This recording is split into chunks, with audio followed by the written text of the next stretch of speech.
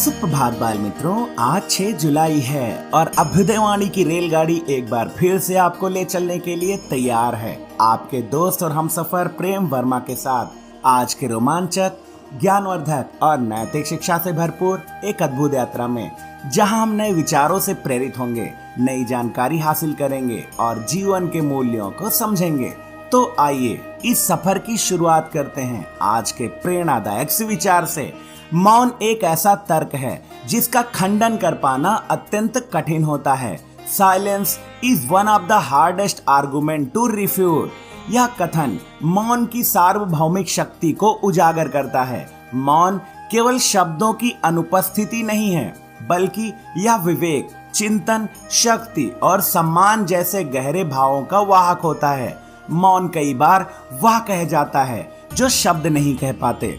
हमें मौन की शक्ति को समझकर उसका संतुलित और बुद्धिमत्तापूर्ण उपयोग करना चाहिए। यह न केवल हमें एक बेहतर श्रोता और विचारक बनाता है, बल्कि हमारी संवाद क्षमता को और आत्मनियंत्रण को भी विकसित करता है।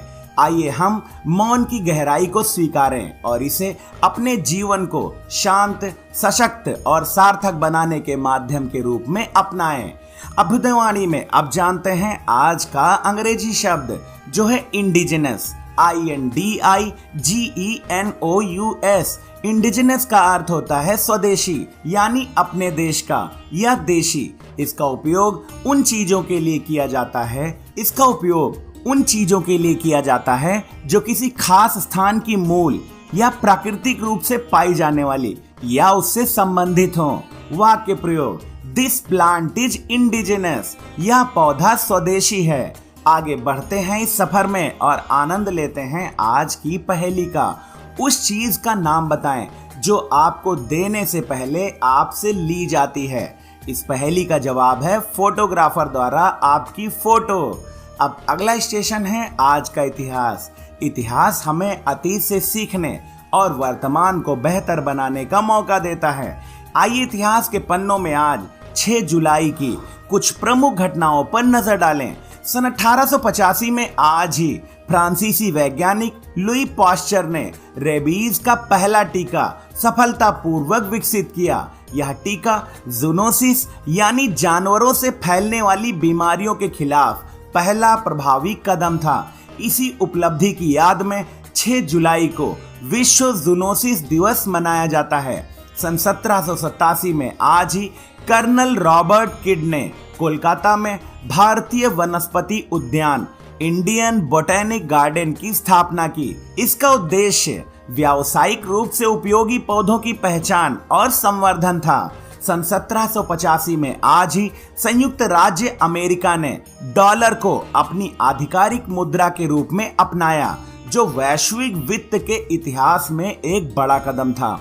सन 1964 में आज ही मलावी को यूनाइटेड किंगडम से स्वतंत्रता प्राप्त हुई। सन 2006 में आज ही भारत और चीन के बीच व्यापारिक संपर्क बढ़ाने हेतु नाथुला दर्रे को 44 वर्षों के बाद पुनः खोला गया। सन 1901 में आज ही श्यामा प्रसाद मुखर्जी, भारतीय जनसंघ के संस्थापक और प्रखर राष्ट्रवादी नेता का जन्म हुआ।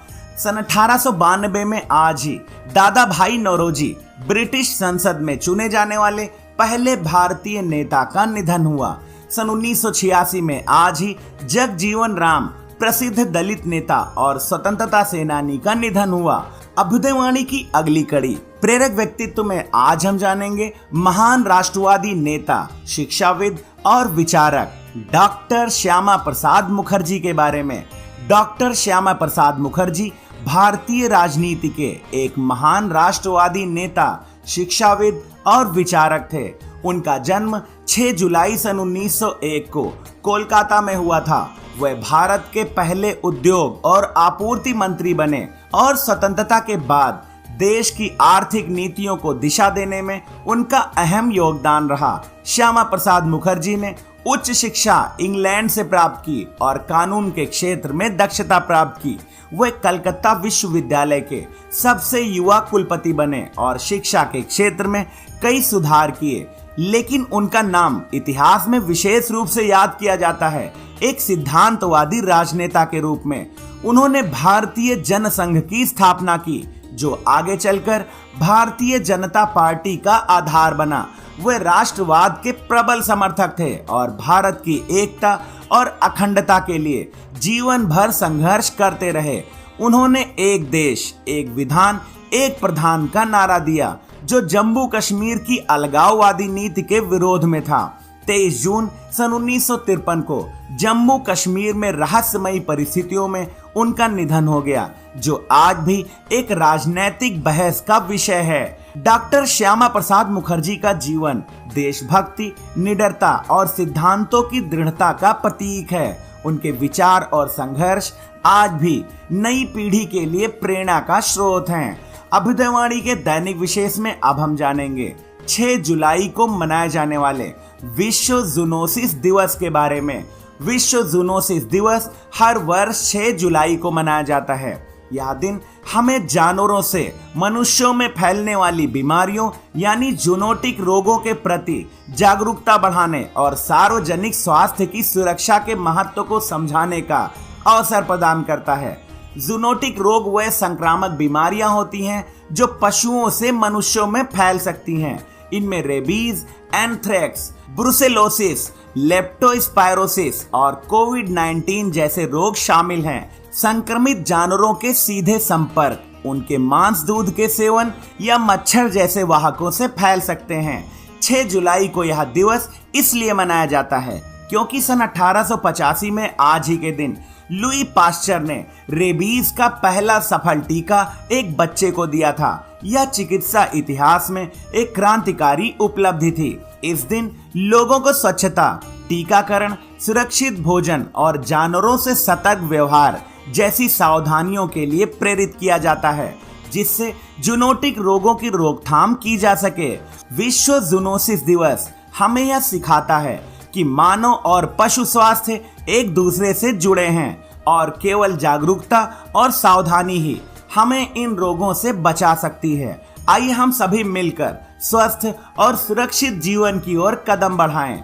अभ्युदयवाणी के अंतिम पड़ाव पर अब सुनते हैं आज की प्रेरणादायक बाल कहानी, जिसका शीर्षक है बंदर की चतुराई। एक घने जंगल के पास एक गांव बसा हुआ था। उस गांव में एक खतरनाक शेर का बहुत आतंक था। वह अक्सर गांव में घुसकर बकरियां, मुर्गियां या अन्य पालतू जानवरों को मारकर खा जाता था। गांव वाले बेहद परेशान थे। आखिरकार उन्होंने मिलकर एक योजना बनाई।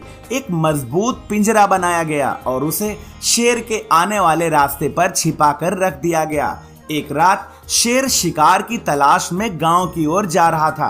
अंधेरे में उसे पिंजरा नहीं दिखा और वह सीधे उसमें गिर गया।